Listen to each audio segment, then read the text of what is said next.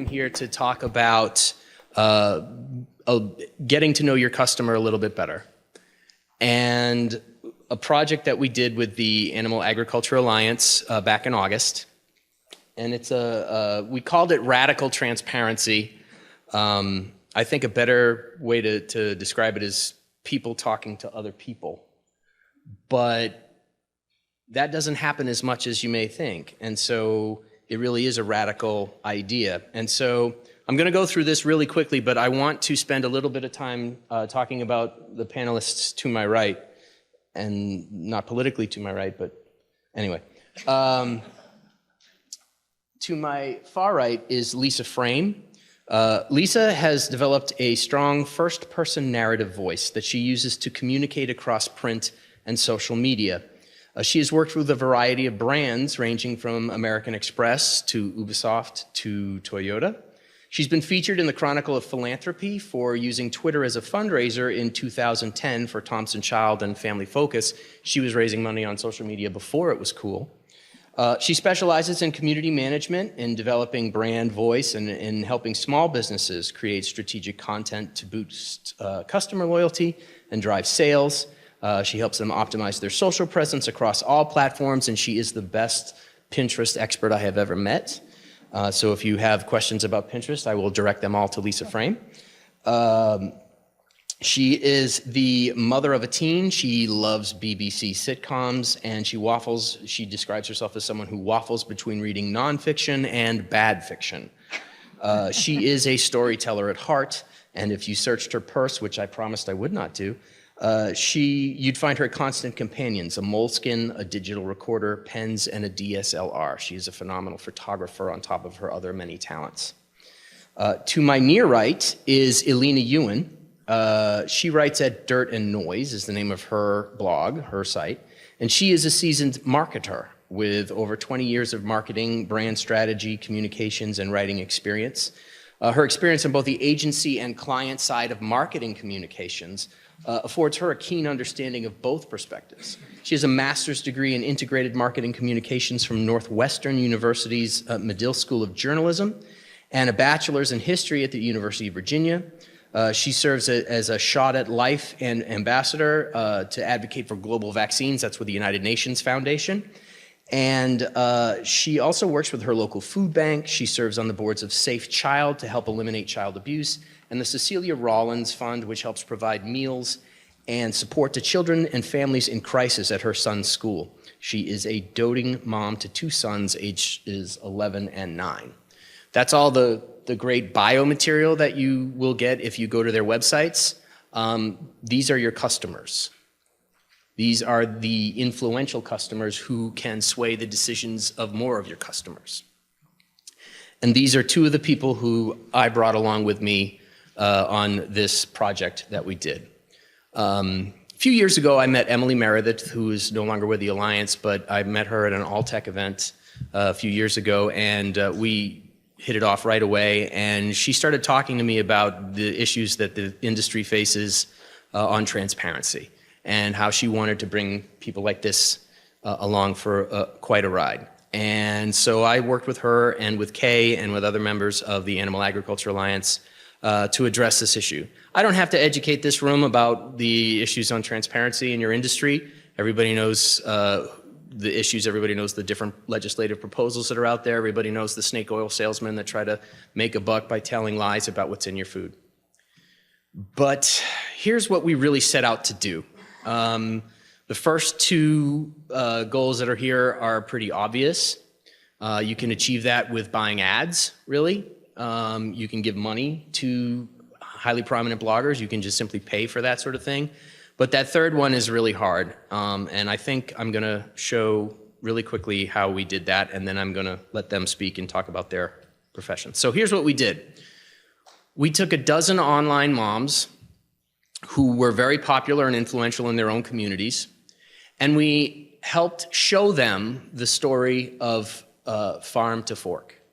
This was the larger story of farm to fork. This is where your food comes from. It's not the pork industry, although that's what we focused on.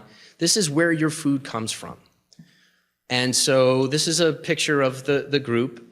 They are a very tech-savvy group. They are all skilled writers. They are all entrepreneurial. These are not the typical moms who go online and talk about what they saw in Dancing with the Stars last night. These are entrepreneurial people, although I guess they may talk about Dancing with the Stars. I know I would. They reach millions of people, far more than the average circulation of, say, the New York Times or the Wall Street Journal. We also included a mom named Kristen Clark, who is a pork farmer. And obviously Alina, since this event happened in North Carolina, we asked Alina to sort of serve as a co-host since we were coming to her neck of the woods. She's from Raleigh. And I took her on as a consultant. And so she helped us sort of design the program and figure out who to invite. And then I dove into the science of communication a little bit. I am a communications theorist. I am a big science nerd. And what this industry does is really focuses really hard on messaging. As communicators, we always tweak our messages. We tinker with our messages. We focus group our messages to death.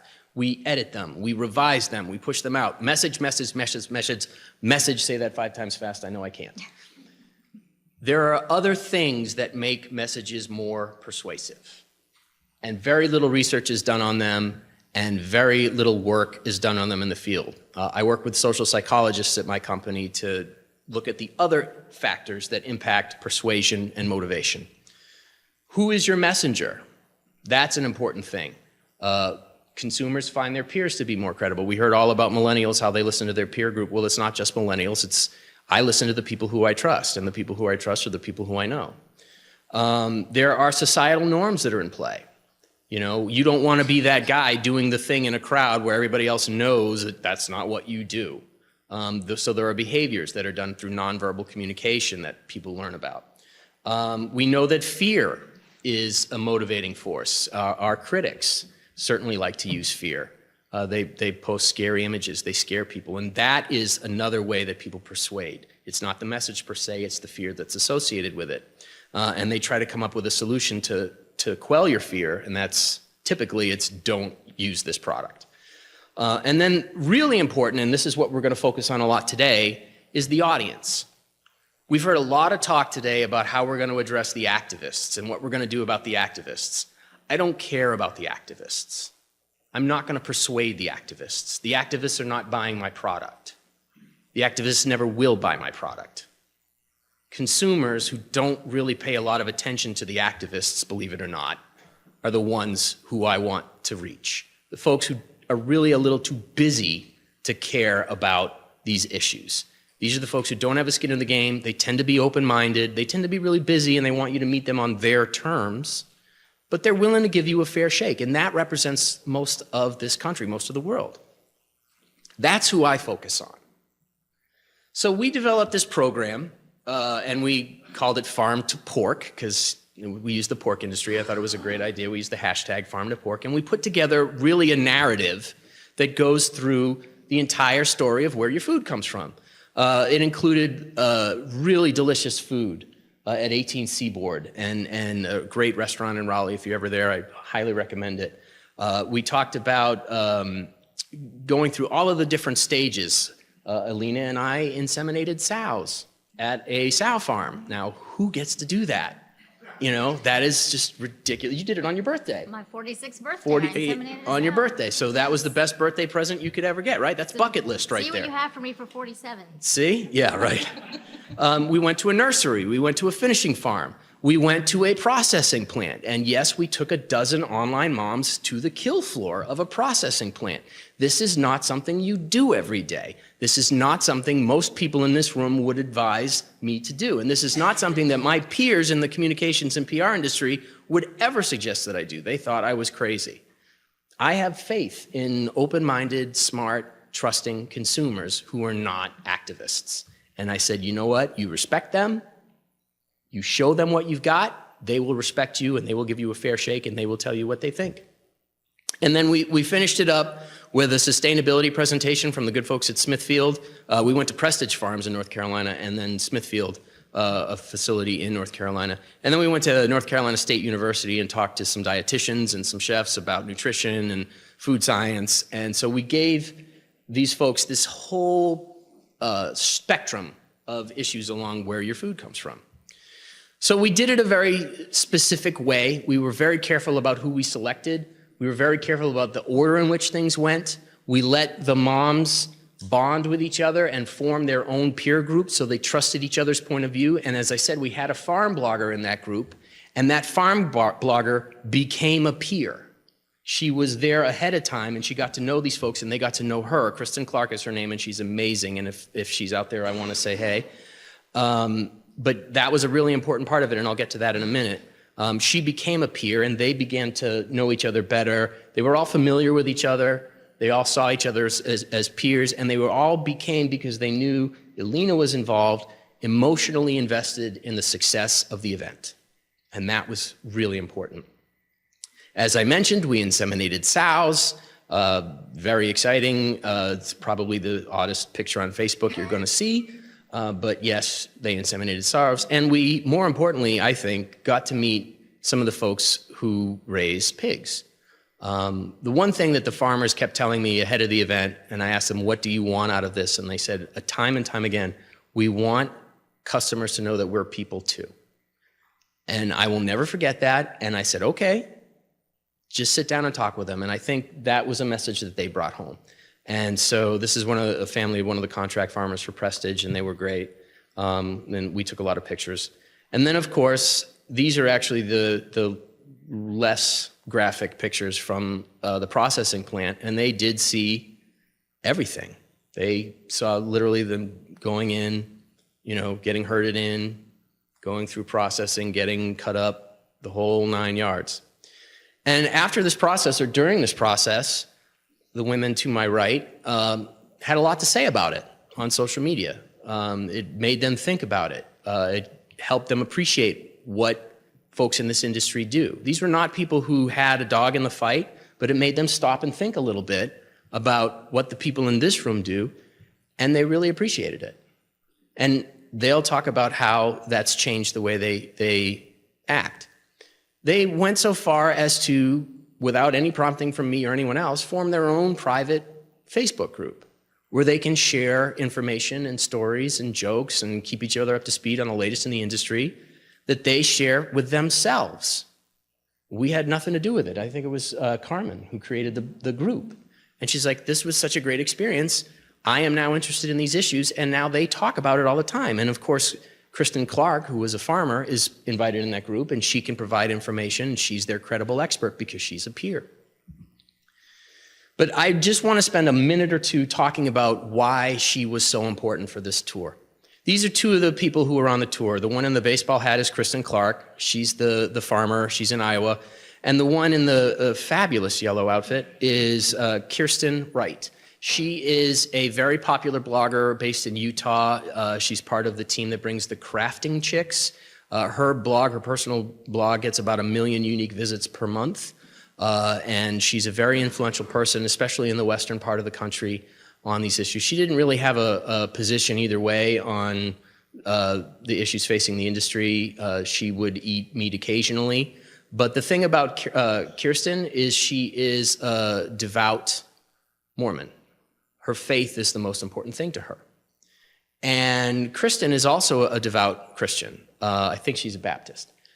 And this was a real struggle for Kirsten. She wanted to know why the farmers can have such, affection to the animals, knowing what was about to happen to them, because this is something that she cared a lot about. And she asked Kristen about it because Kristen was now a peer. But Kristen could relate to her. They weren't of the same faith, but they were both people of faith. And so they could use that common thread, that common vocabulary, to convey the information accurately. And this is what we got out of it. She put together a blog post that more than 1 million people saw, called 10 Things That Really Surprised Me About Commercial Pig Farming. And I don't know if you can read it all. She was talking about farmers. They have reverence for the animal and thank it for its sacrifice. This was one of the greatest things I learned there. I wondered how they could love the animal so much while knowing where it would end up. They said that they love the animal, they want it to be happy while it's in their personal care, and they thank God that the animal sacrifices its life to put food on our tables. Very cool. This is a sentiment, I would argue, that is fairly obvious to the people in this room. This is a feeling that many people in this room feel every day when they do their job. They thank God, they understand, they have that connection. Well, she didn't, because she never saw this before, and she never talked to these people before. But now she has that understanding, and she sent this to 1 million people. And she talked about the process and how food is safe, and how the food is high quality, and how the people who make the food are so great. And then she also put up 10 pork recipes. Well, ain't that nice? And another 1 million people saw that. And then, of course, the activists tried to sabotage the event. They went onto Twitter, as they tend to do, and they tried to flood the hashtag with pictures. And then they made a really big mistake. They sent an email to the people who participated in the event saying, "Thanks for reaching out to me. You were right to express concerns." Well, nobody ever heard of this guy before, because they're not people who pay that close attention to the Humane Society of the United States, which is where this guy worked. Nobody reached out to him, but he made it look like they did. Well, what did he do? He mined the hashtag, he found out who was going, he went to their blogs, he found their email addresses, and then he sent an email to them. And you wouldn't know it if you didn't have really savvy tech skills. Well, Lisa Frame has really savvy tech skills. Lisa knows to look at the log file on her website to figure out where the heck who's visited her site, what pages they went to, when they left. And she's like, you know what? No one reached out to you, pal. Don't lie to us. And so in doing that, by demonstrating our transparency and showing them everything, no question would be refused, they could see anything they wanted, we were actually more transparent than the activists who keep saying, here's what they don't want you to know. We showed them. We didn't tell them, we showed them. This is the proof that Jeff Fromm was talking about earlier, that we are actually more transparent than they are. Well, that's how we do it. These are the people we want to talk to. That's the way we want to do it. We want to show them everything. And I'll tell you this right now, the activists think transparency will kill your industry. I think transparency will preserve your industry. And so we need to move from radical transparency to commonplace transparency.